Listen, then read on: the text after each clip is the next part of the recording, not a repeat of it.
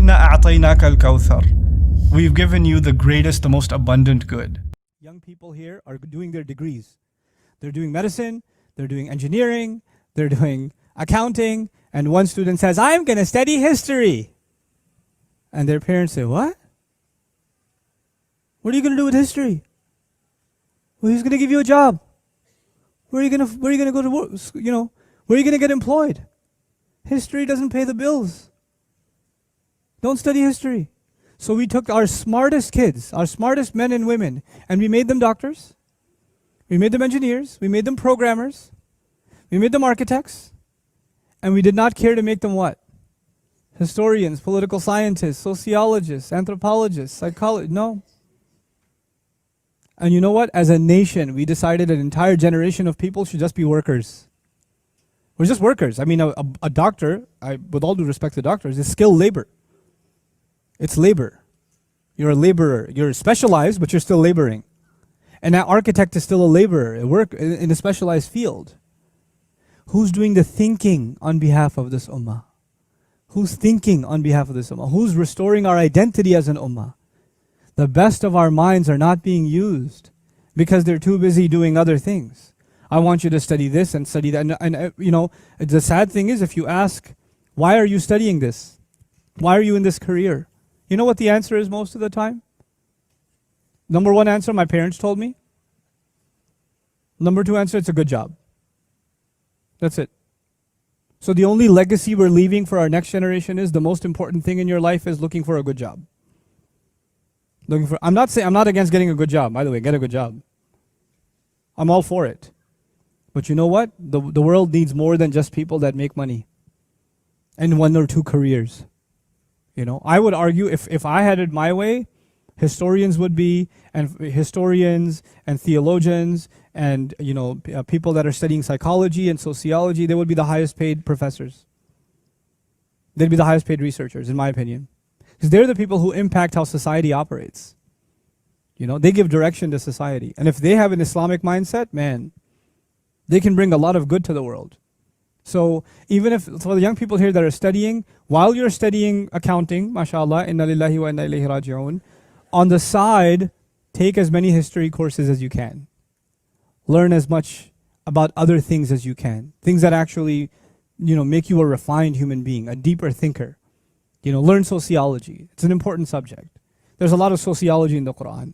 There's a lot of psychology in the Quran. There's a lot of political science in the Quran. And somebody says, no, but I want to be a doctor because there's embryology in the Quran. Yeah, in like one or two ayat, there's some reference to it, but it's not at the heart of it. At the heart of it is human engagement, you know? So these humanities, they are important and we have to restore them from the Islamic perspective.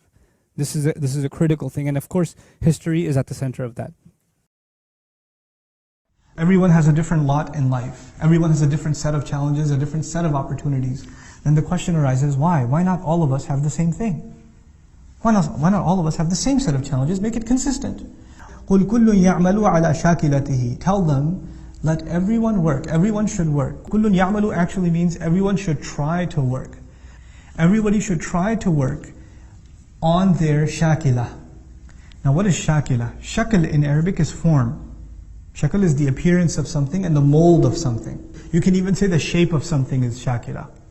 In a figurative sense, you can call it, I use psychological terminology now, your predisposition.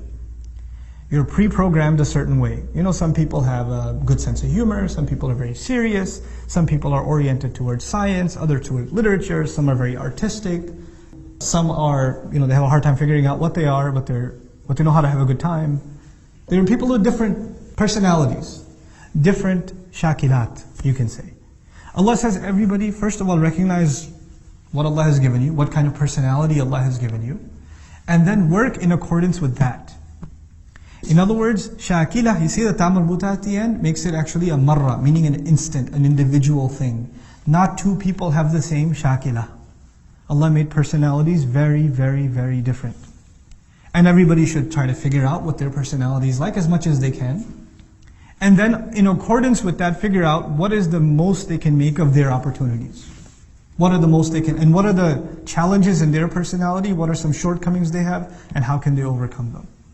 This is actually a very powerful concept at the individual level, but it's so powerful that Allah in another place in the Quran even describes this at the level of nations.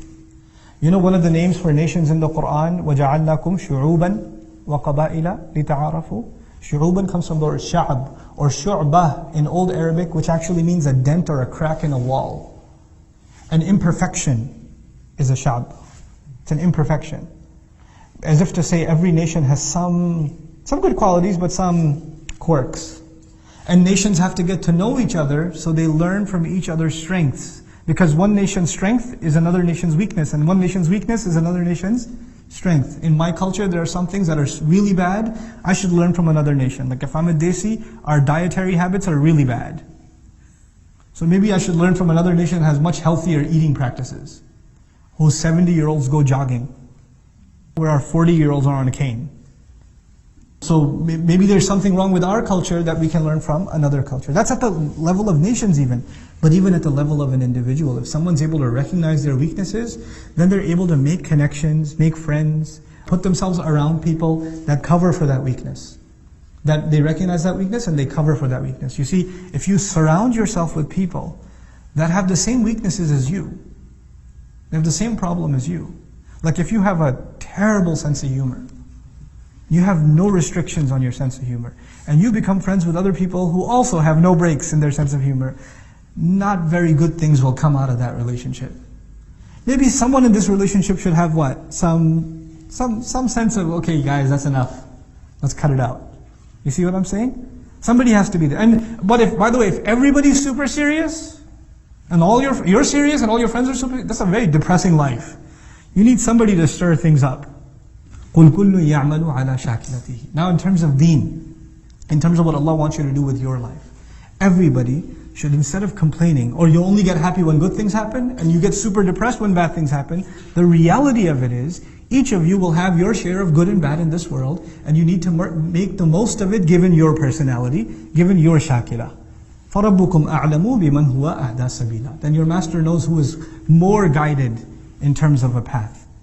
You know, and he didn't say as-sabil either, he said sabilan. He made it actually, this is a tamyiz of it, in terms of a path, suggesting that each one of us will have a course, depending on our shakila.